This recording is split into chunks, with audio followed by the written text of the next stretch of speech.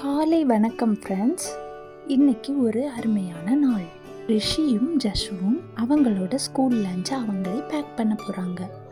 அதுக்கு முன்னால் காலையில் எந்திரிச்சதுக்கு அப்புறமா என்னெல்லாம் நல்ல பழக்கங்கள் பண்ணணும்னு பார்க்கலாம். காலையில் சீக்கிரமாக எழும்பணும், பல் துலக்கணும், சுத்தமான ஆடை அணியணும், ஆரோக்கியமான காலை சாப்பாடு சாப்பிடணும், ஸ்கூலுக்கு போகிறோம்னால பேக் ரெடி பண்ணணும்.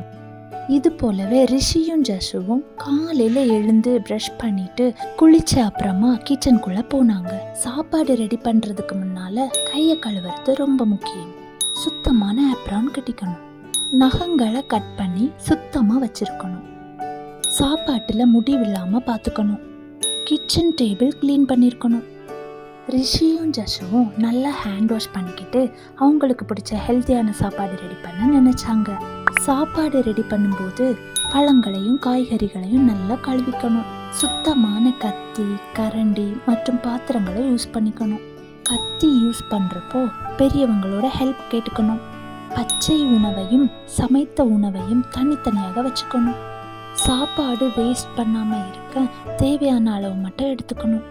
ரிஷியும் ஜஷுவும் அவங்களுக்கு ரொம்ப பிடிச்ச சாண்ட்விட்சை ஃபர்ஸ்ட் ரெடி பண்ணாங்க.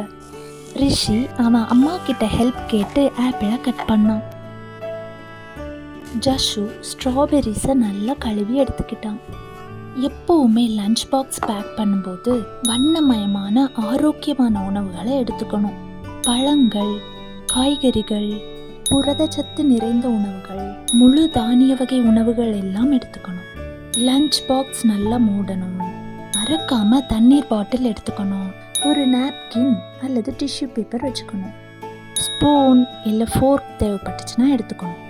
ரிஷியும் ஜஷுவும் ரொம்ப கவனமாக எல்லா ஃபுட்டையும் எடுத்து லஞ்ச் பாக்ஸில் வச்சுட்டாங்க.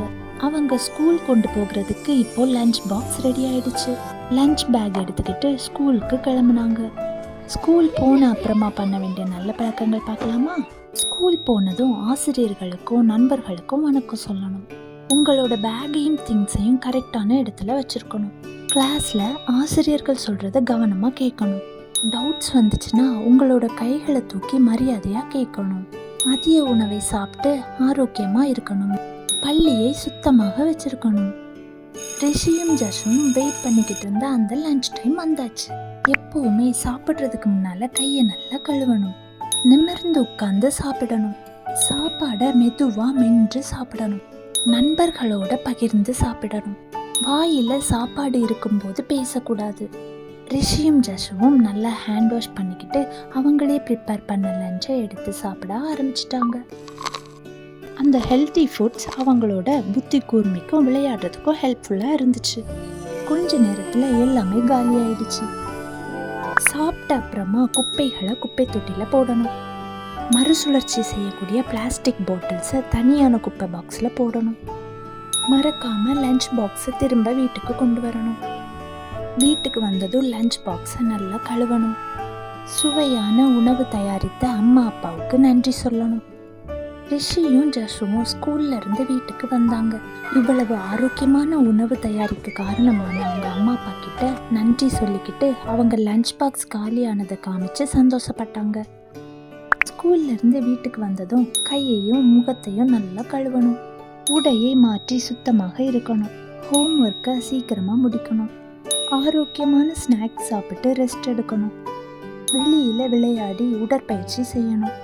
ஃபேமிலியோட நேரத்தை செலவிடணும். நீங்களும் ரிஷியும் ஜஷு மாதிரி எல்லாத்தையும் ஃபாலோ பண்ணுங்க. அடுத்த வீடியோவில் பார்க்கலாம். வீடியோ பிடிச்சிருந்தா மறக்காம லைக் அண்ட் ஷேர் பண்ணிட்டு சப்ஸ்கிரைப் பண்ணிடுங்க. பாய்.